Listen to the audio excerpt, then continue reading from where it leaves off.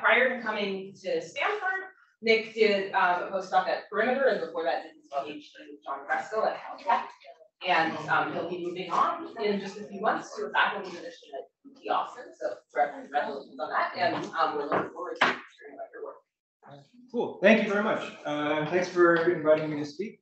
So I'm just going to just talk, or kind of give a, because I only have 25 minutes, just sort of give a broad overview of some of the interesting things about random quantum circuits. And I'll just try and sort of give like a high-level picture of sort of 3 separate topics. And hopefully at least one of them is of interest to you. I won't be that great with references, but I'll just say that of the work that I did, most of it that I'll be talking about in this talk, the papers that I'll have an overview are joint work with Jonas Hafenkamp, Alex Ezel, Fernando Brandau, Vincent Chamasani, Richard Kuhn, John Fresco, Nihal Ashmanis, and Nihal Horowitz. So those are all my wonderful co-authors. But the very, very broad takeaway from this talk is just that ideas from statistical mechanics and quantum many-body physics, I think, are incredibly useful for solving fundamental problems in quantum information theory. So that's maybe the big takeaway, even if you don't care about random quantum circuits. But specifically, I want to talk about random quantum circuits and some of their facets and uses. And random quantum circuits should be of interest to most people in this audience for a few different reasons. For one, they're sort of an efficient implementation of pseudo-randomness. I'll say what I mean by that more precisely. And moreover, they're a solvable model of local chaotic dynamics. So if you're a quantum information theorist, you might like random quantum circuits because they're almost optimally efficient decouplers, and they rapidly scramble quantum information. They are low-depth implementations of unitary designs. And the hardness of sampling from the output distribution of random quantum circuits means that they're good candidates for demonstrating quantum advantage, such as the recent Google and USTC experiments. If you're a condensed matter physicist, you might like random circuits because, in some sense, they're a very tractable model of chaotic dynamics. So you can sort of ask, although it's just a toy model for a lot of quantities, you can sort of ask very precise questions and get very refined answers for quantities of interest, and study things like local thermalization and relaxation, the onset of quantum chaos from scrambling dynamics, and even interesting out of equilibrium questions like diffuse control. So in this talk, I'll just give sort of 3 interesting use cases where I think random quantum circuits are really interesting to understand maybe like 3 separate topics. And one is going to be quantum complexity growth, which is sort of like a universal feature of many body systems. Another one is more, maybe more of a mathematical question about like nice distributions on the unitary group. And then in the last one, I'll make some connection to Google's experiments and things we can prove about random circuits that make them good candidates for demonstrating quantum advantage. So I should tell you what I actually mean by random circuits. So I'm going to consider local random quantum circuits on n qubits. And actually, I think we can just take qubits for most of the places in the talk. So they're local dimension q is 2. And we're going to evolve with perhaps layers of 2-side unitaries. But in this model, we're going to choose each gate randomly from some gate set. So, we have some set of simple operations. These might be universal gates that we're allowed to perform in our quantum device, on our set of qubits. And instead of some very structured circuit, which might implement some algorithm or some problem of interest, something of interest, what we're going to do is just draw a random gate from this gate set and apply them to our qubits in this way, and then just see what kind of evolution we generate. So in this model, we have a depth-free circuit, which is given by the product of 2 layers, where again, every unitary in space and time is drawn random. And the gate set actually really doesn't matter that much. You could choose the uniform measure on the 2-side unitary group. You could choose some nice set of universal gates with inverses or not. It's actually not that specific. And actually, the geometry of the circuit is also not that important for most of the things I'll say in this talk. So it's just sort of convenient to consider this nice 1D brickwork model. But if you prefer, you can consider random circuits on more interesting graphs. The complete graph, I think we understand a lot about random circuits in all cases. So very general graphs, very general gates. for simplicity and because the pictures are nice, I'll just keep showing these 1D perfect. But feel free to ask if something changes for a different model. Are there any questions about what are random circuits? One unitary time evolution, where by time t, you get the depth of the circuit, and all the gates in that time evolution are drawn randomly. Okay. So as I said, random circuits are really nice for physics and computer science. They've been used to, like, variants of random circuits have been used to study chaotic dynamics, things of diffusion, and even random circuits with measurements to study area law to volume law phase transitions. And I'll just point out that if you're sort of interested in the more condensed matter aspects of random circuits, there's a really nice review recently by Vedic Kumani and some other people that I recommend you check out. On the quantum information side, random circuits is interesting because it's believed that sampling from the output distribution of random circuits is a classically intractable task. And it's this statement which is really behind the claims of quantum supremacy in the Google and USTC experiment.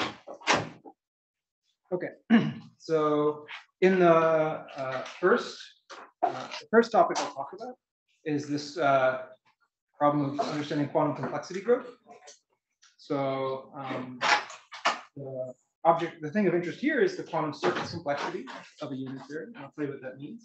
But just in a broad overview, circuit complexity is a pretty well-established notion in quantum information. It sort of allows us to distinguish tasks for a quantum computer, which are easy or hard. So what we mean by a task being easy or hard, that there exists some short depth or there can't exist some short depth circuit to implement some unitary comparison state.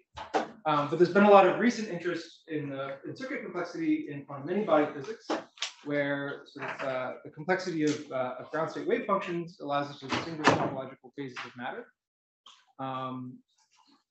Definitely of interest to many, possibly people in this audience, but definitely people in this building, is that the complexity of a certain CFT state is believed to capture something about the long-time linear growth of the interiors of ADS black holes. So-called complexity equals action or complexity equals volume conjecture. But more generally, I think, like, and far beyond ADS CFT, I think complexity growth is just one sort of interesting universal aspect of real-time dynamics. So if you take a bunch of quantum mechanical degrees of freedom, make them interact strongly, you could ask things of, what are the universal properties of your real-time dynamics? Thermalization and quantum chaos, which are some aspects of this, but complexity growth, I think, is just another universal aspect of chaotic systems, chaotic quantum systems. Okay. So the circuit complexity is a pretty intuitive notion. So it involves, given some unitary for which you want to compute the complexity, and it just involves constructing a circuit with gates drawn from our universal gate, which implements that unitary state within some tolerance. And what we want is the minimal circuit which achieves this. So, given some unitary, we want to find the minimal instantiation of that unitary, the minimal number of gates for which we can approximately prepare, given some tolerance. And again, we'll be considering systems with n qubits, and such that the total dimension d is 2 to the n. Making sure the notation is clear. Okay. Are there any questions about what complexity is? Okay. So it's believed that the complexity of the unitary time evolution operators, this is e to the IHT, grows linearly in time for a very long time for a very generic periodic, for any given generic periodic Hamiltonian. Where you get this extremely long time linear growth for an exponential time, exponential number of qubits, saturating after an exponential time. So this is a conjecture. But actually understanding anything about this conjecture is extremely hard, and that's because computing the quantum complexity for any given unitary is almost an intractable problem. So for some fixed h and some fixed unitary time evolution, naively, you need to enumerate all the possible circuits which approximate it to find the minimal one. So it's some horribly complex task, and it's not clear that there's really any nice way of understanding the complexity without doing some horrible brute force search. But why do we expect these things? Well, we expect that basically the circuit depth should evolve with the time we evolve for, and that collisions should be rare. So I don't expect to be able to prepare my unitary with a substantially better circuit. And there are also corresponding upper bounds from basically Hamiltonian simulation that tell you, like what the complexity should at most be. And why do you expect saturation? And this is just because the unitary group is only so big. There are only so many distinct unitaries. So if you just sort of imagine the big unitary group and imagining like kind of counting the number of distinct balls in that space, you realize that the number of distinct unitaries is basically the number of exponentially deep circuits. So now you expect you should be able to reach any point in the unitary group, approximately, with an exponentially deep circuit. So that's the intuition for why you expect this thing to saturate. But again, actually computing this for any given time evolution is extremely hard. So sort of to make progress, we can focus on a more solvable time-dependent evolution. So this is no longer some time-independent Hamiltonian evolution, but instead some time-dependent evolution. And these are random quantum circuits. So we're going to again consider we'll consider the same random circuit model and just ask, can we prove anything about the complexity growth in this model? And specifically, it's been conjectured that most random quantum circuits of depth t have a complexity which scales linearly in time for an exponentially long time. Which is saying that you expect this this plot I drew to also be true for random circuits. And this sounds totally reasonable, but again, this is really hard to prove because you need to even given some circuit, right? You think that if you just count the gates in that circuit, that should be its complexity. But you need to prove to prove that that's the complexity. You need to prove to me that you couldn't have prepared that unitary with fewer gates, right? And that's a hard task. So these random circuits are nice because they're very solvable, and we can sort of ask questions about properties of random circuits and compute averages over random circuits and actually make quite a bit of progress. So I won't go through any proof, but I'll just basically give credence that random circuits are interesting to study. We do actually know a lot about complexity for random quantum circuits, and what we currently know. So here, this pink line, red to you, is the conjecture behavior, and this blue line is what we currently know. So it's the lower bound. And basically, over the last few years, this blue line has sort of inched closer and closer to this pink line. So the bounds are sort of getting better and better, and I think we're slowly sort of approaching the truth. So there's some what we currently know is that complexity needs to grow at least this kind of this sublinear behavior, and it saturates at some time, which is a little bit later than what you expect. But sort of as we improve our techniques and improve sort of the machinery behind these proofs, you sort of get closer and closer to this expected behavior. And this is sort of nice because I think sort of these proof techniques might give a general framework for understanding complexity growth for a very wide set of models. Okay, and yeah, it actually turns out that if you take the local dimension, so instead of qubits and some large dimension qubits and large fixed number, you actually get even better. So just yeah, it's easier to understand linear growth of complexity if you take the local dimension to the lower one. Okay, so that was complexity growth. Are there any questions about that? Just sort of one very broad overview, and maybe one interesting question to shed light on. Okay. The blue curve, you drawn it kind of like looks like there's a kink there. Is that suggesting something that? No, I mean, right. So, good way to say this. Basically, if you go to deep enough circuits, so these things come from lower bounds on gaps, on spectral gaps, and basically, if you go to deep enough circuits, you get some unconditional lower bound on the gap, which is exponentially small, but independent of some parameter. And that actually is enough to say that the linear growth needs to kick in then. You basically get some unconditional lower bound on the gap.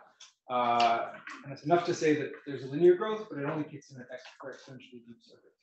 So yeah, there's this weird behavior where there's a linear regime, but the best you can do is say that it kicks in at exponential depths, and you really expect it to kick in immediately. So I would just say it's an artifact of not good enough bounds. But yeah, it is sort of interesting. Yeah. You have like many assumptions on Hamiltonian. For example, if I can have a very complicated Hamiltonian buffer in time, but then just give me a 2-qubit gate, right? Complexity is 1. That's right. So we want to ask the complexity about a specific unitary. So you want to, and here I'm talking about matrix. You want to take some Hamiltonian of interest to you, some e to the IHT on like n qubits, and then what do you want to do? You want to compute the complexity of that thing? Yeah, so that you have a Hamiltonian involved for time t, then you ask, well, like, how the complexity scale with time, right? Mhm. But like, do you have like any assumption for the Hamiltonian? Because like maybe you can have Hamiltonians that evolve for a long time, but give you 1, 2, 2 cubic gates. Yeah, that's right. So basically, there will be Hamiltonians, which are like, for some, like hesitate to use the word, but in some sense are integrable, which will have these shortcuts and will be, preparable with like very simple gates and maybe only a handful of them. So yeah, this behavior you really only expect to be true for sort of chaotic Hamiltonians. And there's a whole separate question of what do you actually mean by chaotic Hamiltonian. We can talk about like spectral statistics or sort of the rate at which you generate entanglement. But yeah, I would say that sort of understanding all these different universal aspects and how they relate to each other is a long-term goal. But probably the Hamiltonian you suggested just won't be a chaotic Hamiltonian, and therefore you don't expect something like this. But definitely, random circuits are nice because you can sort of pin down this behavior precisely. But beyond that, we definitely want to understand for which Hamiltonians this is even true. Is it true that if I ask about some definition of chaos with respect to the statistics of my spectrum, does that necessarily imply something like this? Those are all interesting open questions. So, yeah, definitely not all Hamiltonians, but.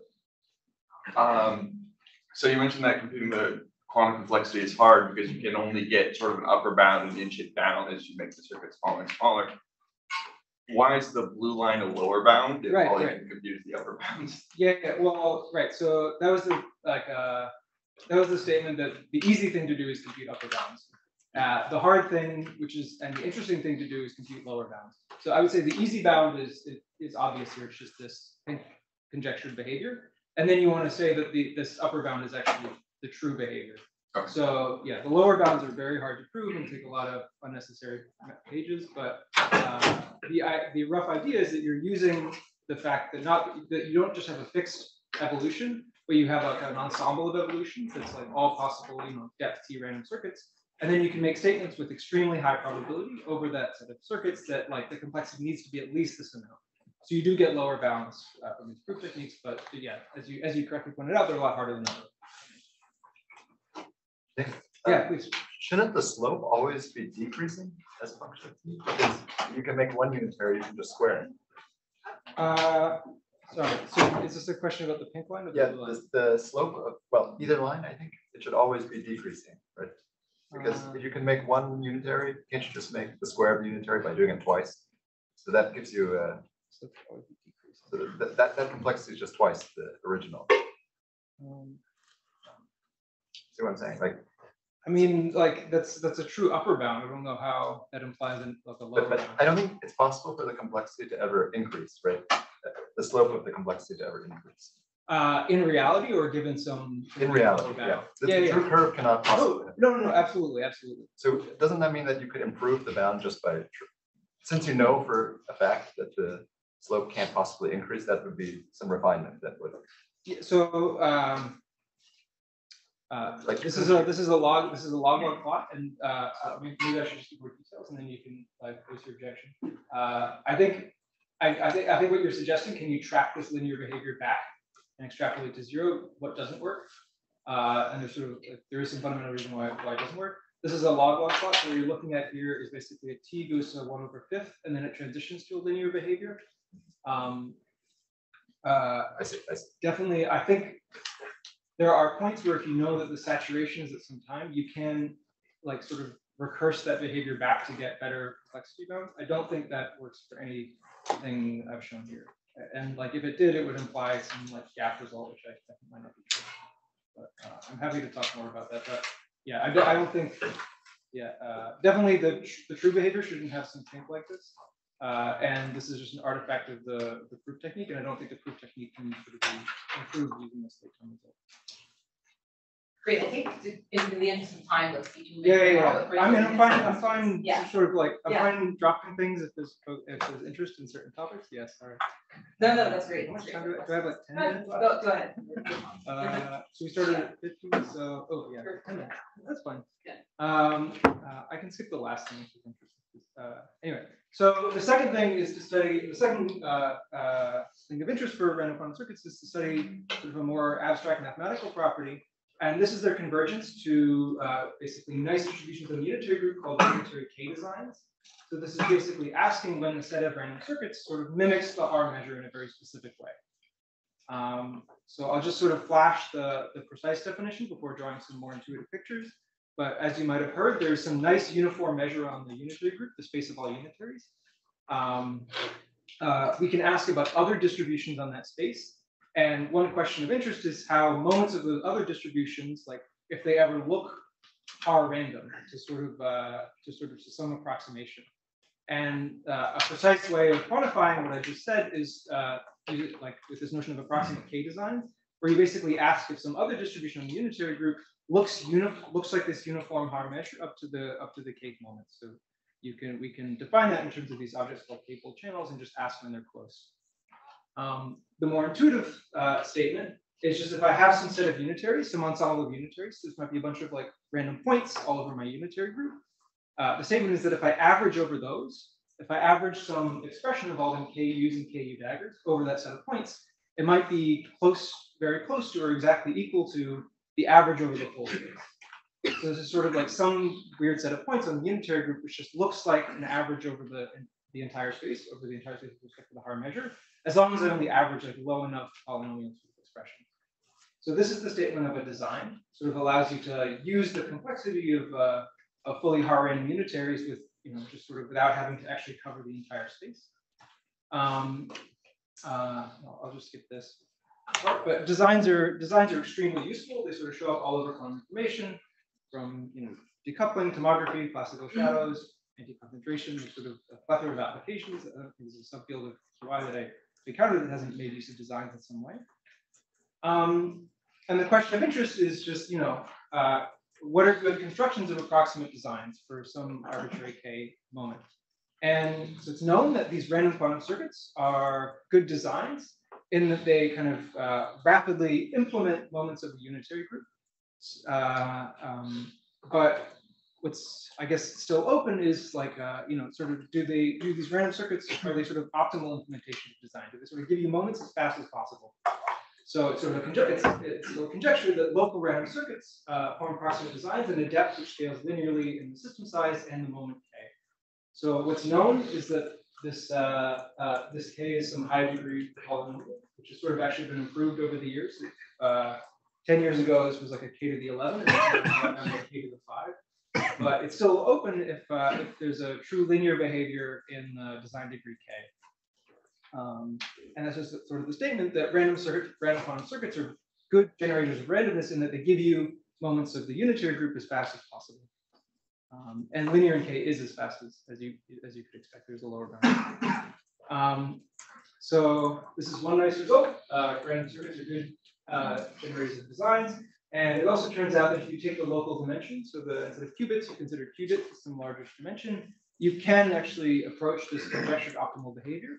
But closing the gap means that we just want to basically show that this large Q behavior is also true for qubits.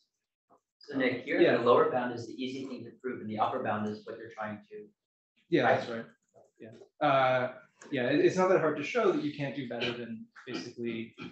I mean, and the N here sort of depends on the layout of your qubits, but you can't do better than linear in K. And I'll just mention sort of the two approaches that go into computing design depth. One is, so basically you want to bound this funky diamond norm I mentioned. And you do that by sort of moving to weaker norms. One weaker norm you move to is a 2 norm, and it turns out that that 2 norm can be expressed as a lattice partition function. And then there's another approach involving a different norm where you basically have to bound the spectral graph of a local Hamiltonian. So these are just two different ways of rewriting the problem in order to make progress. And one involves upper bounds on statistical and mechanical partition functions, and the second involves lower bounds on spectral gaps of Hamiltonians.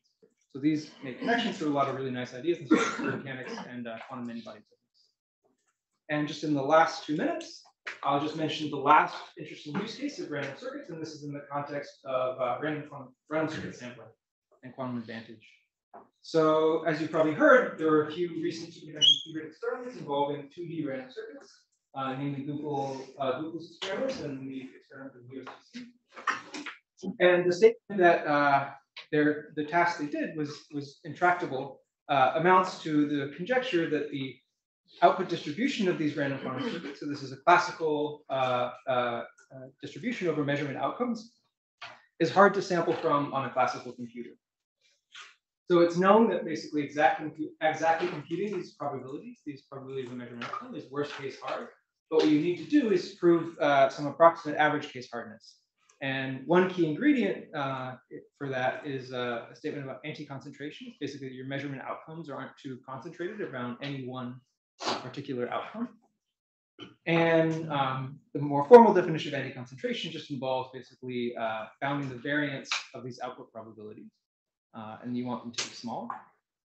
But what you can do is you can use sort of a nice statistical mechanical mapping for these random circuits to show that the depth at which random circuits anti-concentrate is very short. So basically they achieve this anti-concentration property in extremely short depths, log depth basically, for both 1D and all-to-all random circuits. So it's on a 1D grid or all-to-all interactions. And this is good for experiments because you basically achieve this property you need for hardness arguments in an extremely short depth. So it's sort of giving some evidence that what Google and these other experiments do is actually pretty hard because you get this nice property with just a few layers of gates. Another key ingredient to the hardness arguments is basically the validity of something called the white noise approximation. So these random circuits, there's a lot of local noise. But one of the nice things about random quantum circuits is they scramble noise in an extremely predictable way. So what I mean by that is if we take our random circuit evolution and instead consider the more physical model of there being some local depolarization noise on the single qubits after each gate, you can ask about what that outcome probability distribution looks like. And basically one of Google's assumption was that it looked like the white noise distribution. And the white noise distribution is basically just the distribution you get for a global depolarization of your circuit. So this is sort of like a linear combination of your ideal distribution and a uniform distribution. And what you can show is that these random circuits actually, this white noise approximation of sort of like either your circuit going to total garbage or being, perfectly noiseless, is actually a good approximation in a certain regime. So you can show that after log depth, and as long as your error rate is basically 1/n, that this is true. Or at least it's true in that regime. It could be true more generally for different noise rates. So this was just supposed to sort of be a lightning review of a few different interesting places where random circuits can be used to study problems in quantum many-body physics, relevance for these random circuit sampling experiments, as well as some more mathematical questions for just quantum information. So I'll leave up those questions, but thanks for listening.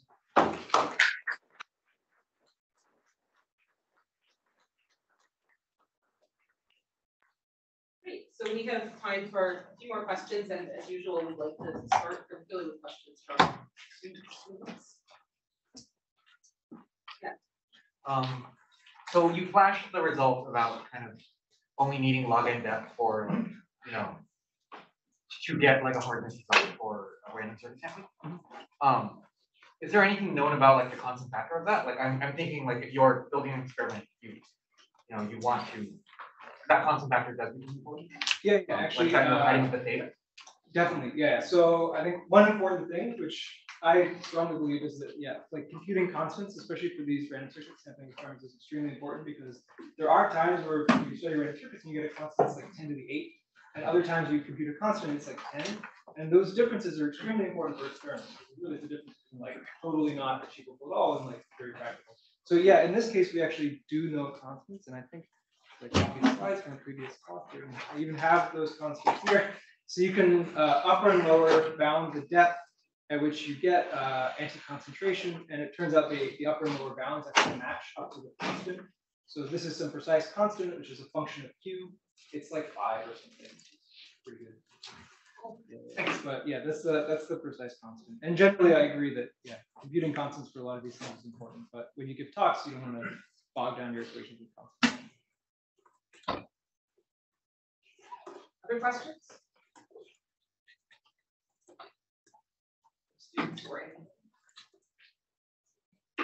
Patrick, yeah. You were getting convergence results for K designs. Are those still brickwork assumptions? Or are they now everyone talks to everyone?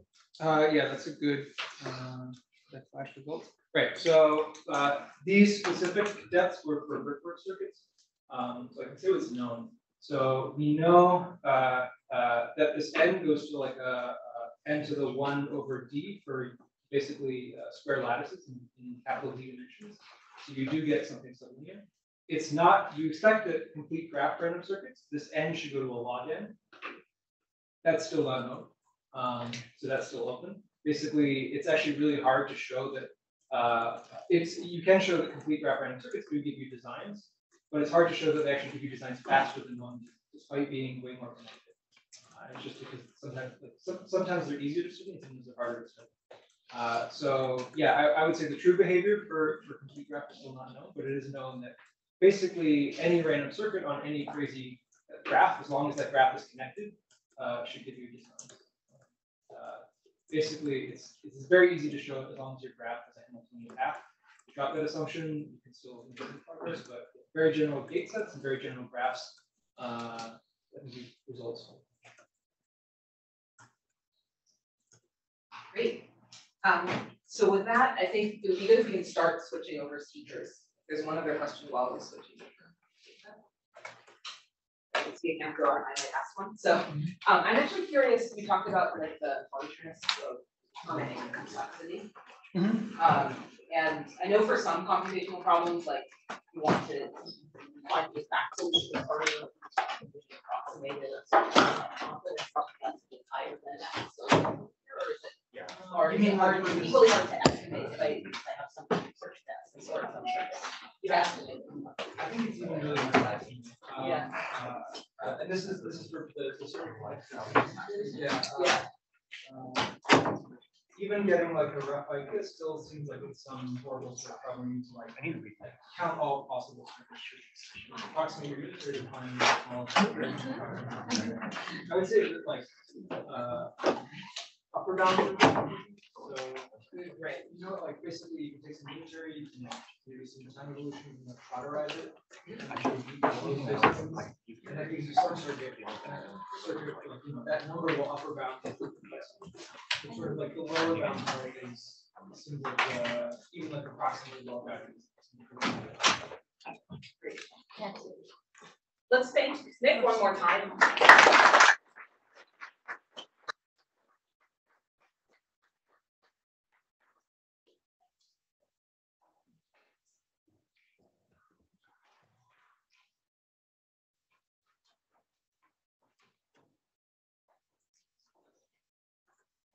Okay, so our second speaker today is Philipp Kunkel. Some of you might recognize Philipp as one of the key people involved in organizing this seminar series, but he's also a postdoc in my research group here at Stanford. So Philipp has been here for just under 2 years, and prior to coming to Stanford, he did his PhD in Heidelberg in the group of Marcus Oberthaler, where he was working on Bose-Einstein condensates and characterizing entanglements in those systems. And today he'll be telling us about recent experiments on entanglement engineering between ensembles. Yeah, so thank you. So yeah, as Monica said, today I'm going to present results from our group. And so, so what I'm going to show you today is how we engineer.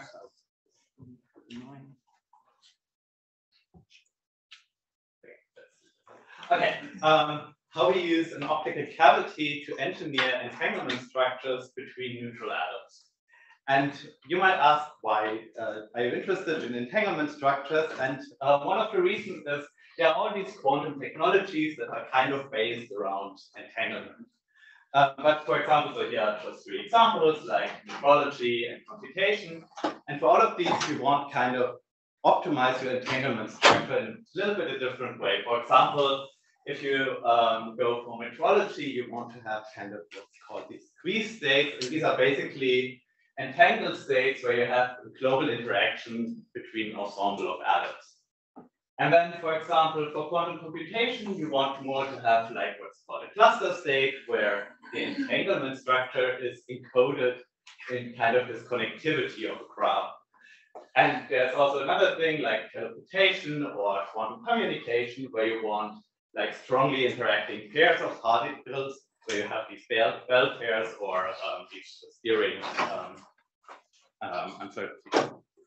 So, and in the end, you want to have a system that is very flexible, where you can basically, as a quantum engineer, start to build all these different entanglement states. So if you want to have a certain task, like you want to measure something very precisely, that you can use your system and engineer the state for this purpose.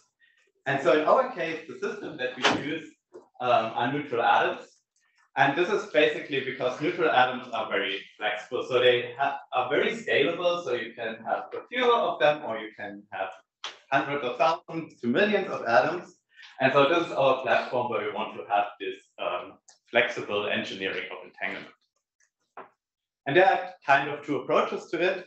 So one that got a lot of attention recently is kind of this bottom-up approach. So you start with single atoms in these atomic tweezers, and you use gates between them and shuffle them around, like in this video on the right. And with that, you basically build up your entanglement structure from single atoms, and you make your structure bigger and bigger. So the approach that I will be talking about today is the complementary one. So we start with some kind of global interactions, and we want to carve out basically the entanglement structure of our state.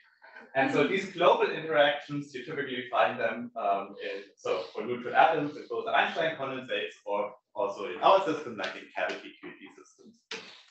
And what I'm going to show you today is basically that you can get this entanglement structure by adding to this global interaction some local control. So if you have a system where you have control over your global interactions plus some local, for this case, spin rotations, then basically you can also engineer a wide range of entanglement structures in the system. And so, as I said before, what we are going to use for that is a cavity. So in the beginning, let me give you a short introduction to cavity QED, just very briefly. And so the idea is that you have two neutral atoms and you want to make them interact.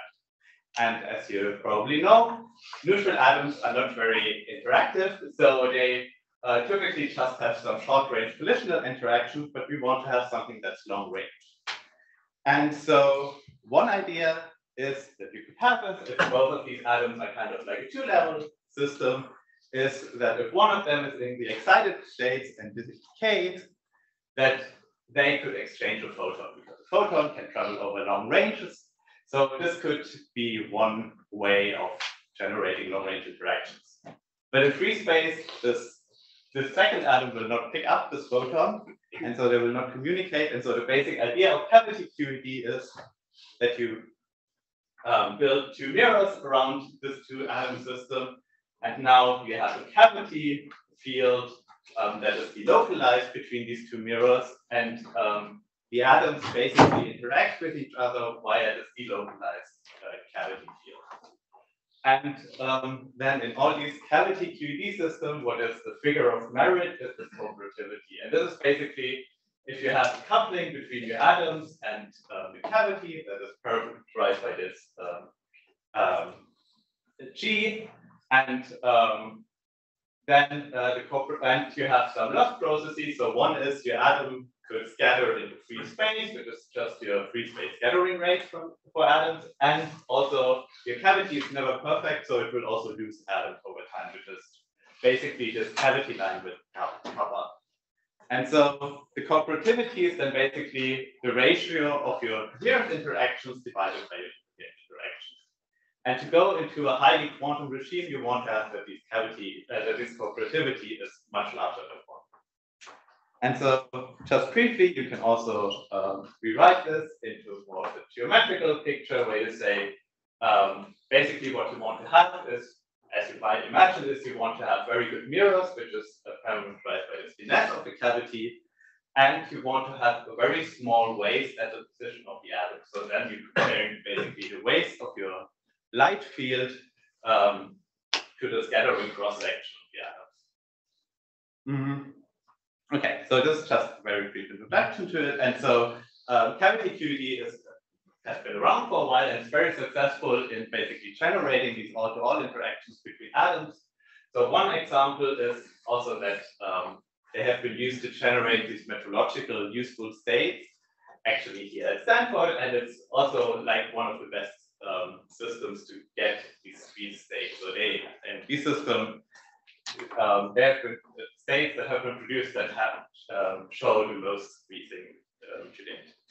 And you can also use it for different applications. For example, it's also for readout, also, or to study quantum simulation. Okay. So now a little bit more about the specific of our system. So our cavity is a linear cavity, which is about 5 centimeters long. So it's a macroscopic cavity in contrast to many other cavity systems. And it supports 2 wavelengths. And one wavelength it supports is 1560 nanometer. And we use it to track ensembles of rubidium-87 atoms.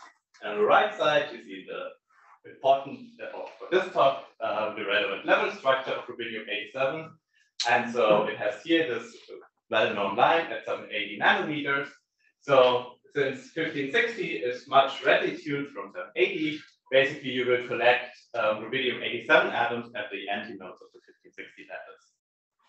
And then the other relevant thing for us is it has 2 hyperfine states in its electronic ground state, and we typically work in the f is equal 1 manifold. So you can forget about the f equals 2, 1. And so we can focus on the f equals 1 manifold, and there it has 3 magnetic substates, plus 1, 0, and minus 1. And they are typically split by about 1.4 megahertz.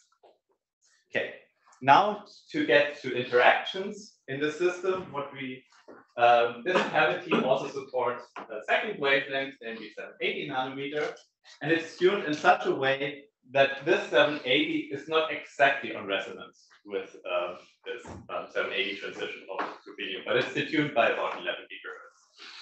And with this cavity, we get about a cooperativity of 4.5, the relevant parameter. So it's larger than 1, but not much larger. But it's sufficient for us to get into the quantum regime.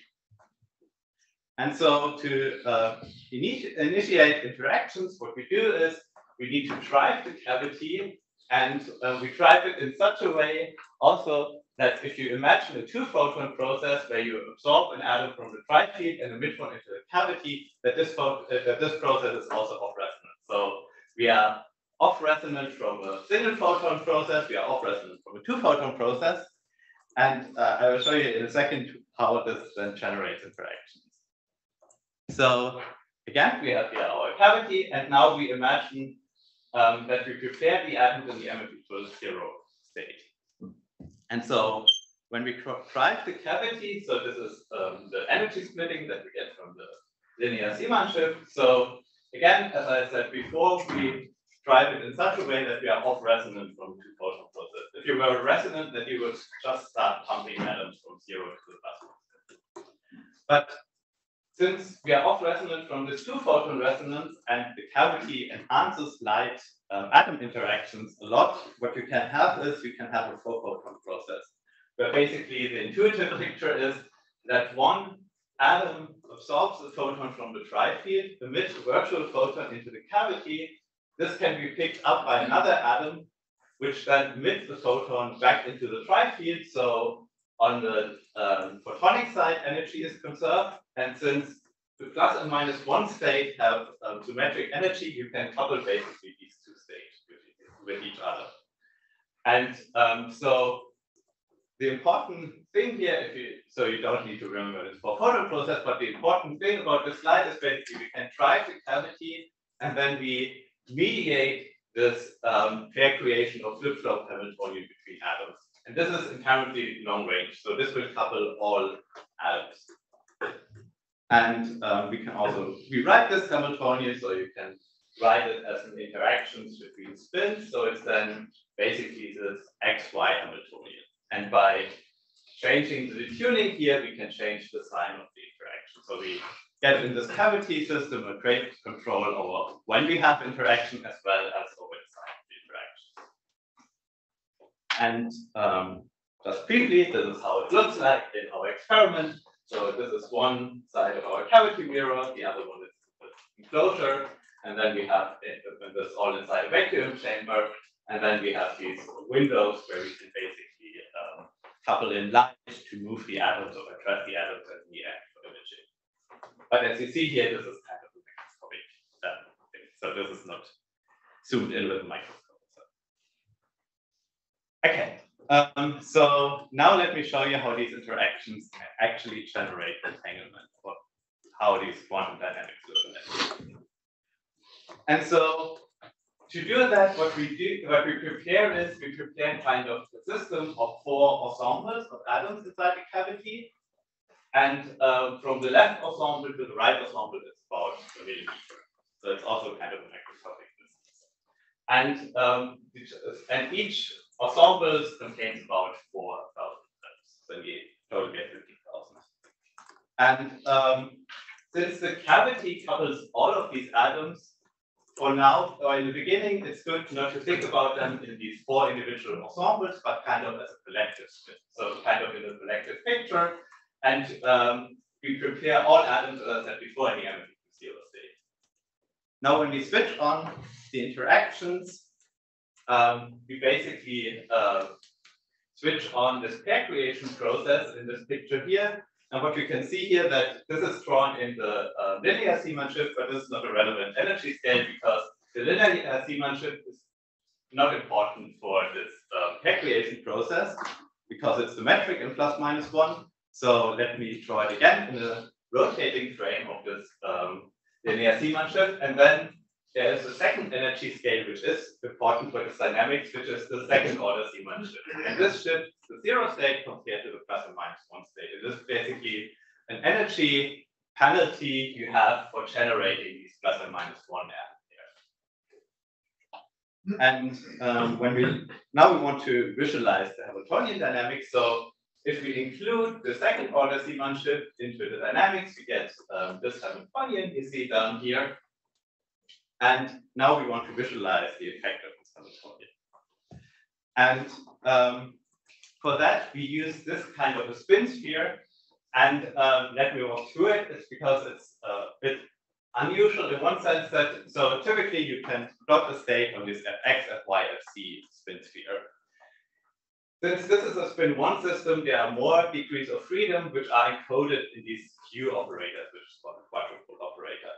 The important thing here is, so this is the spin operator in x direction, as you usually know it, is that this second order Zeeman shift on this sphere generates a rotation around the z axis, which converts like fx into qyc. This a little bit like in that a magnetic field converts fx into fy.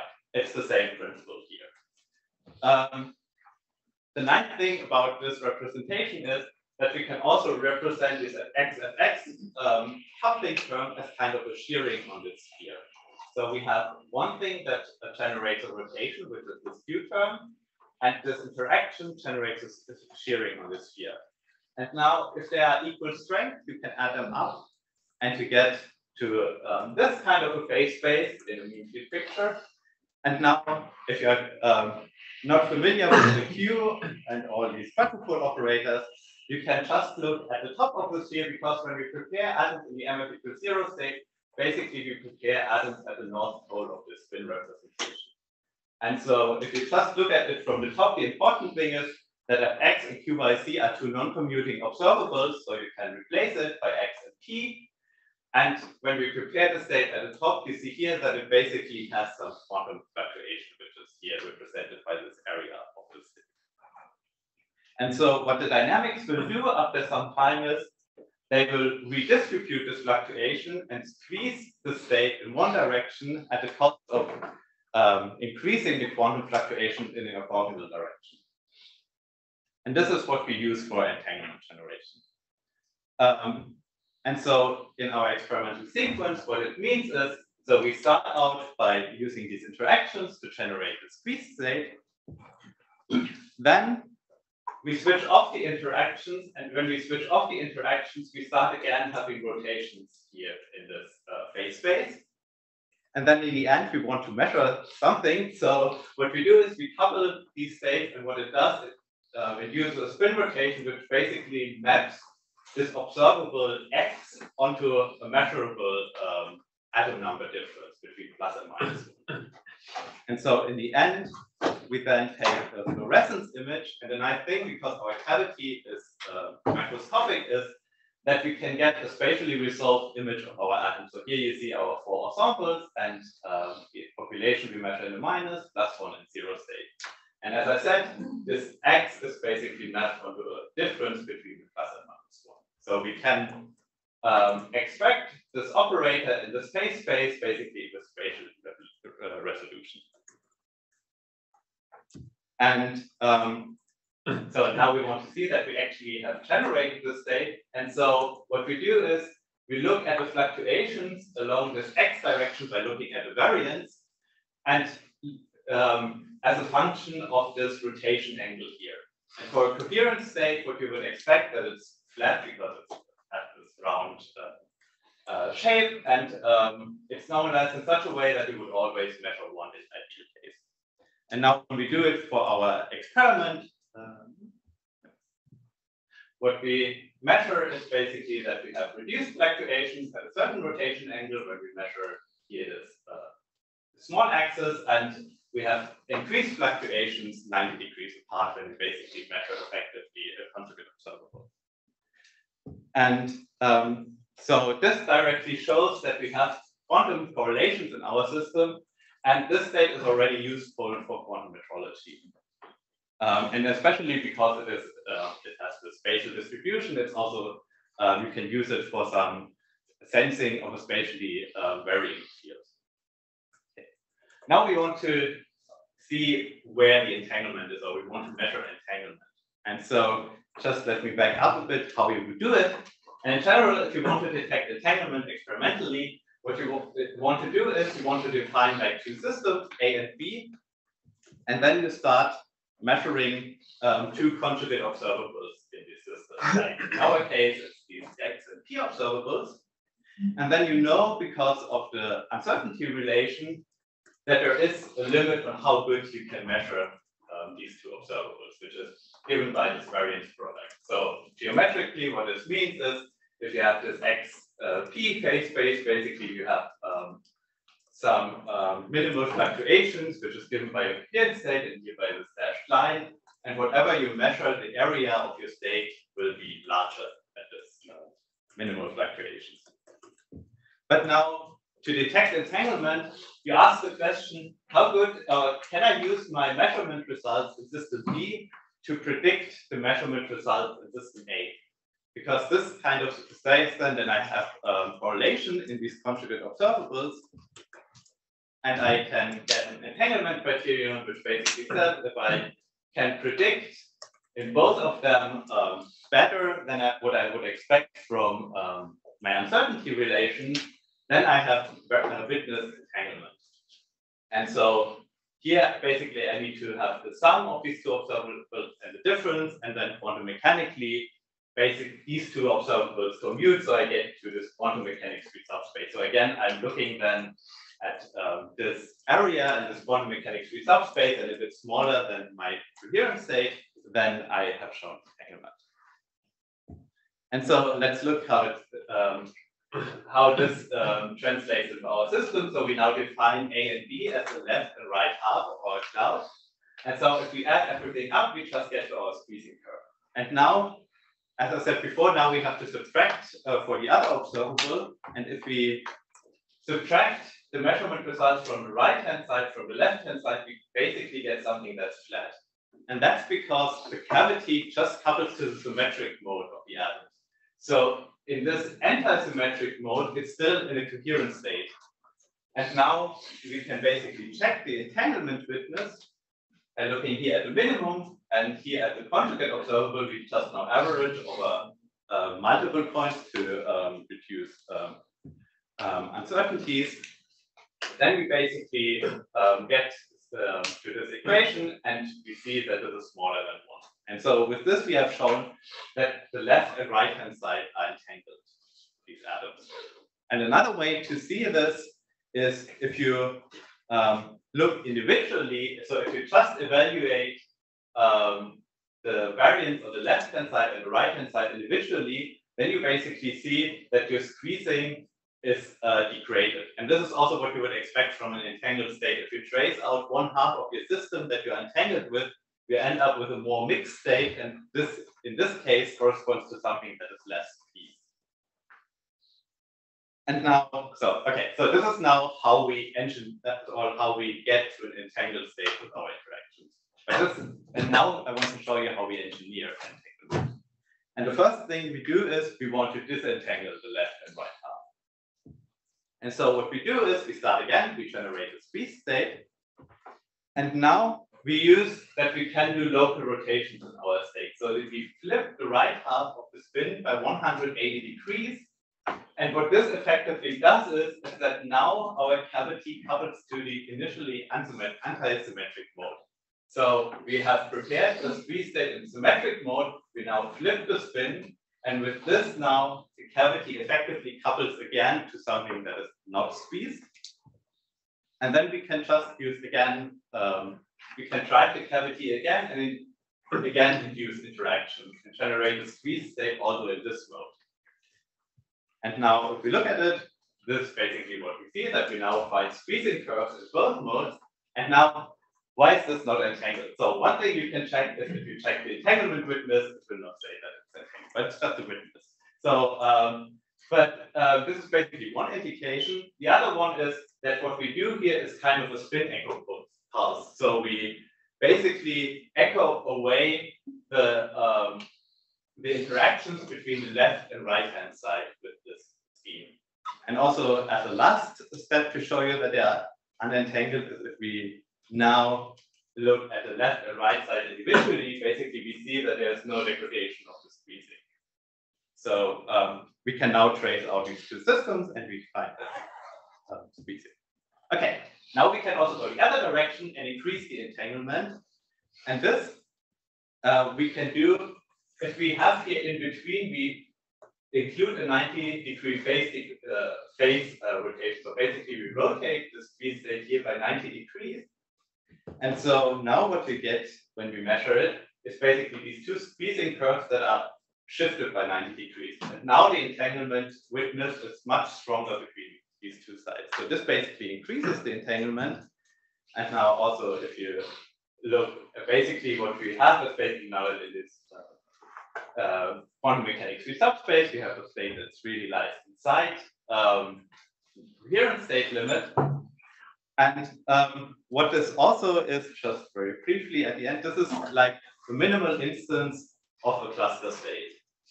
And just to walk through what a cluster state is, it's basically this resource that can be used for quantum computation. And you often draw it as kind of this graph. And this graph tells you what kind of interactions you have to engineer between the left and the right side. So this typically corresponds to something. In this continuous variable regime that we are in, you can define it basically saying that this is the defining equation, is that if you measure the variable p on the right-hand side, you must be able to predict the measurement result of the conjugate observable in the left-hand side. And this is very close what we do. We do it like for that both are the same observables. This is kind of the conjugate observables. But you see that the state that we generate here is very close to this cluster state. And to derive more formally why they are the same, you can rewrite these equations in terms of this matrix. And the idea is if you diagonalize this matrix, then you get as a result that you have to squeeze in two modes, basically the symmetric and the anti-symmetric mode. And the eigenvalues of this diagonalization tells you what the relative angle between these two curves has to be. And so, as you see here, there need to be 90 degrees offset, and this is exactly the state that we generate over here.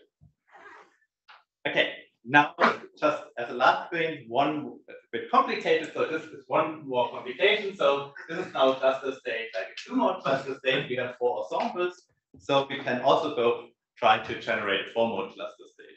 And we use the same procedure. We have kind of these what's sometimes called a nullifier equations that we have to fulfill, and we have this matrix. And the idea is now the same. We diagonalize this matrix, And this will basically give us the set of modes that we have to squeeze and also the relative angles of these squeezing curves. So we have to squeeze 4 orthogonal modes in our cavity. And yes, basically the result when we do it. So we basically can squeeze all 4 of them and we adjust the angles between them. And this is basically how we generate this 4-mode cluster state. And hope I have time to show you that we can also measure it. So this is, if you believe in linear algebra, then this is the cluster state. We can also show you more directly that this is a cluster state. And basically what we want to have as before, you want to measure these equations directly. But the problem is that you need to measure in conjugate observables. So you don't measure all of them in the same basis. And here we can use again that we can do local spin rotations. So locally we can flip on these 2 sides x to p and p to minus x. And if you plug this into the equation here, then basically it turns out that we have to measure, that we can effectively measure in a single basis. And so when we do this experimentally, this is what we find. So we find for all these equations that we are below the classical limit. And this is basically a direct proof that we generate these correlations in the cluster state. And also when we look at the correlation matrix, this basically has the structure of this adjacency matrix. We just check out one pattern. And so to conclude, what I've shown you is basically that in our system, we have this wide variety of entangled state that we can generate. We can generate a single mode squeeze state, which can be used for metrology. And with our local control, we can change what you the field component are most sensitive. For example, with this state, you can measure a global field. If you flip the right 2 spins, you can measure a gradient. Then you can go to individually squeezed ensembles, which can be basically used if you want to sense a local field. And we have multimode squeezing, which you also can use for some quantum enhanced insensitivities to some noise in these metrology schemes. And in the end, we can generate these cluster states, which are a resource for measurement-based quantum computation. So we have all these flexibility. And so last thing, let me thank the group, so especially Monica and the 2 grad students on the experiments are very happy with this. Thank you.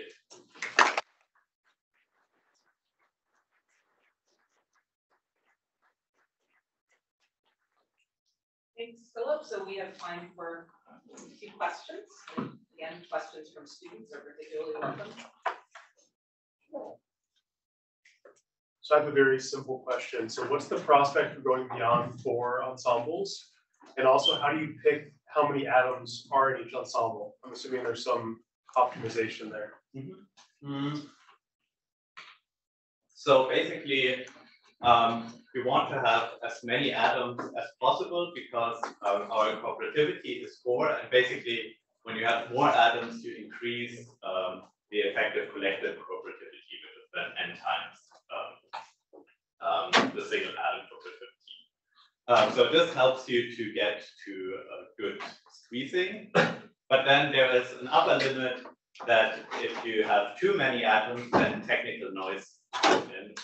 And so basically you then have a quadratic dependence on your atom number, how much noise you have in your system. So this kind of gives the upper limit. And so when we prepare the system, we can tune how many atoms we load from our initial mod stage into the cavity. Your questions?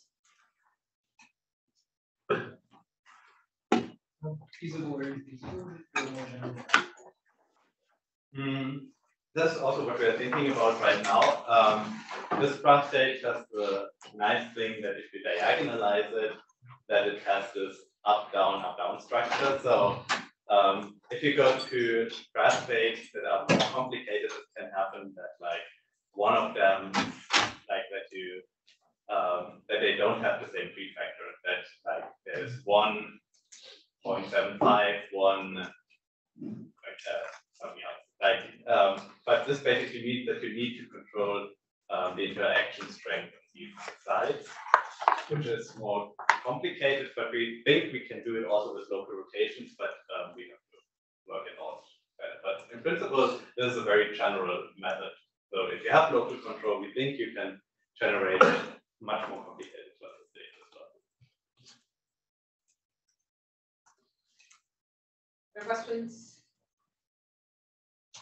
Not by way fast, but I'd rather have other because I can explore anytime. Can you say a bit more about this quantum enhanced insensitivity? Like, what would I want to be? What noise would I want to be sensitive to versus the signal I'm trying to be sensitive to? Or what's the idea?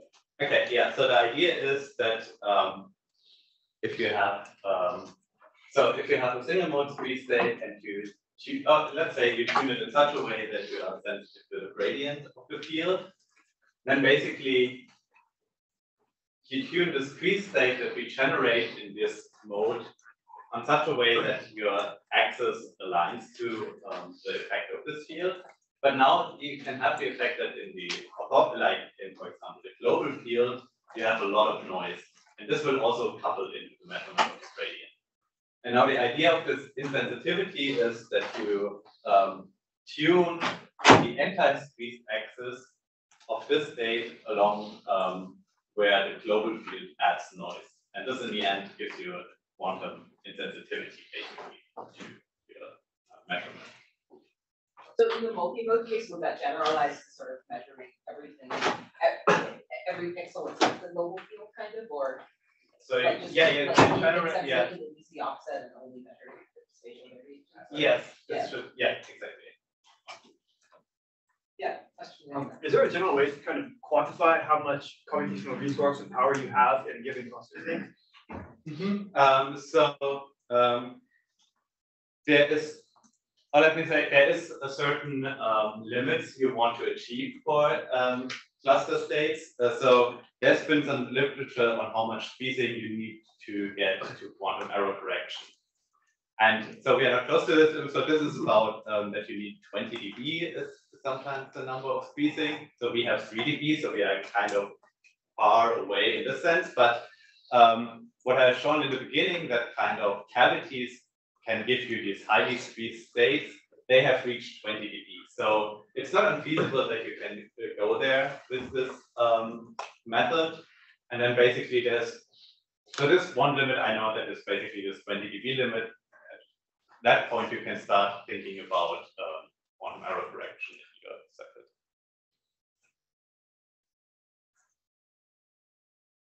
Okay, I think with that, we should probably just thank Philipp one more time.